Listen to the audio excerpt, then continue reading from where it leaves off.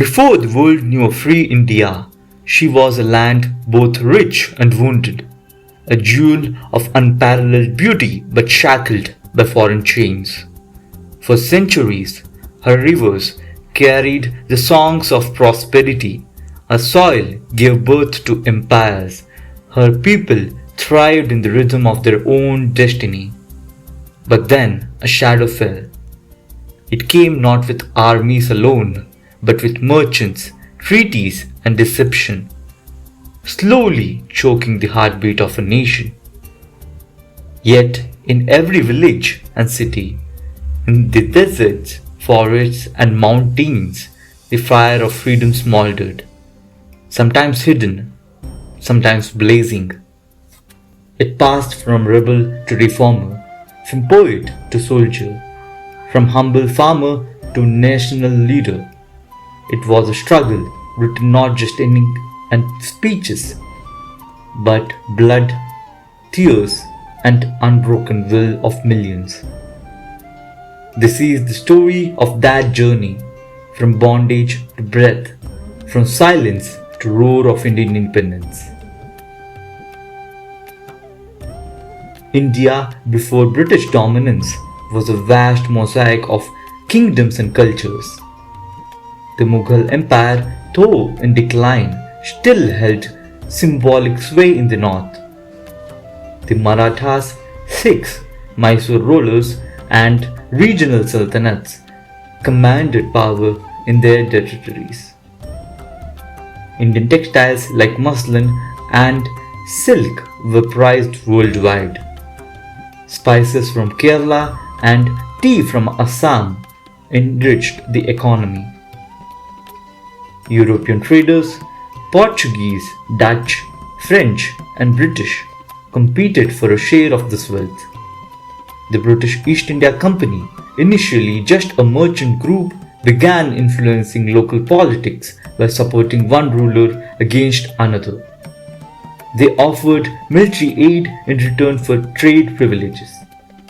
Over time, their grip tightened not by conquest alone, but by diplomacy, deception, and economic control. The turning point came in 1757 with the Battle of Plassey. Robert Clive's victory over Nawab Siraj-ud-Dowlah was achieved not just through warfare but by bribing key commanders like Mir Jafar to betray the Nawab. This opened the floodgates for British dominance over Bengal's rich resources. Over the next century, the East India Company expanded its reach, winning the Battle of Buxar in 1764, defeating Tippu Sultan in Mysore and annexing regions through the doctrine of lapse and under Lord Dalhousie. Indian artisans suffered as British factories in England replaced local industries.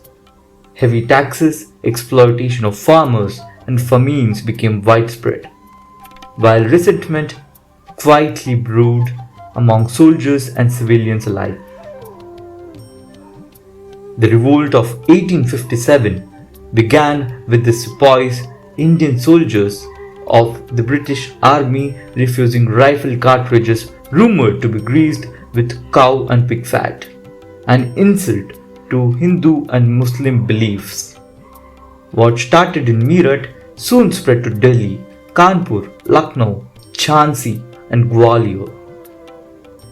Rani Lakshmibai of Jhansi fought valiantly, leading her troops into battle herself. Tantia Tope conducted guerrilla warfare. Bahadur Shah Jafar, the last Mughal emperor, was declared the symbolic leader of the uprising. Despite fierce resistance, the revolt was crushed with brutal retribution. This marked the end of East India Company rule. India came directly under British Crown in 1858. After 1857, the political activity took a new shape. English education produced a class of Indians who began questioning British authority using the colonizers' own political language. Leaders like Dadabhai Naoroji, Surendranath Banerjee, and Gopal Krishna Gokhale emerged.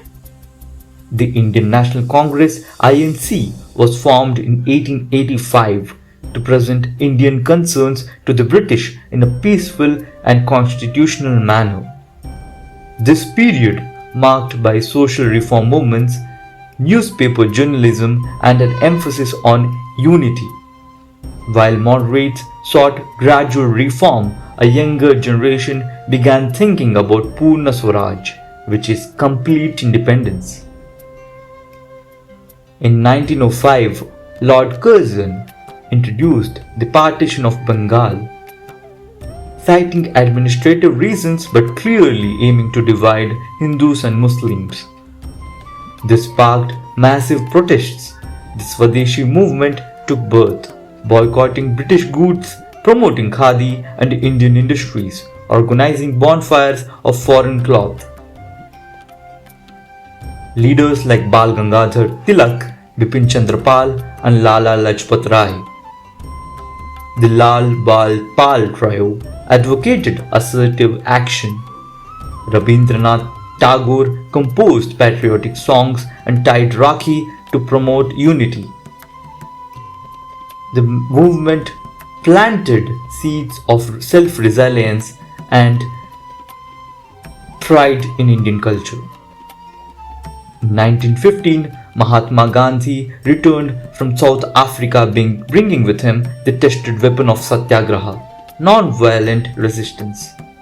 He led the Champaran Satyagraha in 1917 to aid oppressed indigo farmers and the Kheda Satyagraha in 1918 to help peasants during famine.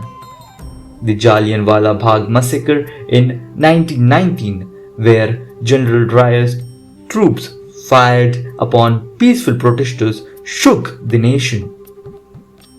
Gandhi launched the non-cooperation movement in 1920, urging Indians to boycott British schools, law courts, and goods. In 1930, his Salt March in Dandi challenged the unjust salt tax, inspiring millions to join civil disobedience. In 1930s, it saw mass arrests, political negotiations, and growing communal tensions. The roundtable conferences in London failed to meet Indian aspirations. Subhas Chandra Bose, breaking from Congress' moderate line, formed the Forward Bloc and later led the Indian National Army (INA) with the slogan "Give me blood and I'll give you freedom." Meanwhile, World War II weakened Britain's position. In 1942, the Congress launched the Quit India movement, calling for immediate British withdrawal. The response was severe. Leaders including Gandhi, Nehru, and Patel were jailed, but the cry for freedom only grew louder. The end of World War II brought Britain's exhaustion into full view. The Royal Indian Navy Mutiny 1946 and widespread strikes revealed that the British could no longer rely on Indian forces. Negotiations between the INC, the Muslim League under Muhammad Ali Jinnah, and the British Crown led to Mountbatten Plan for Independence and Partition. On 14th and 15th August 1947, India and Pakistan were born. But this joy was shadowed by one of the largest human migrations in history, communal riots, and the loss of millions of lives. The dream of freedom came with the pain of division. On the midnight of 15th 1947 August, Jawaharlal Nehru delivered his historic speech, Tryst with Destiny, as the tricolor flag was hoisted over the Red Fort. People danced in the streets, temples and mosques rang with prayers, and villages lit lamps in celebration. India's independence had been earned through decades of sacrifice by leaders and by countless nameless men and women who endured imprisonment, poverty, and violence for the cause. The new nation stood on the threshold of hope, determined to build democratic, united, and a just society.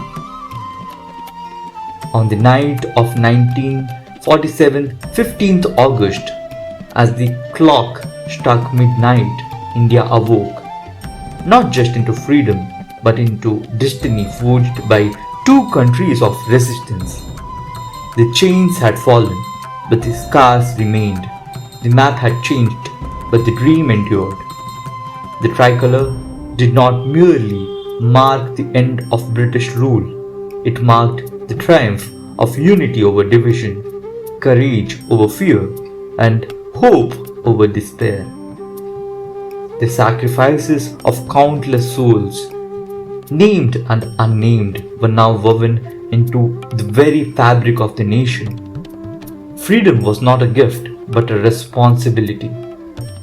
And as the first rays of dawn touched a free India, they carried a silent promise that this hard-earned liberty would be guarded, nurtured, and passed on to every generation yet to come.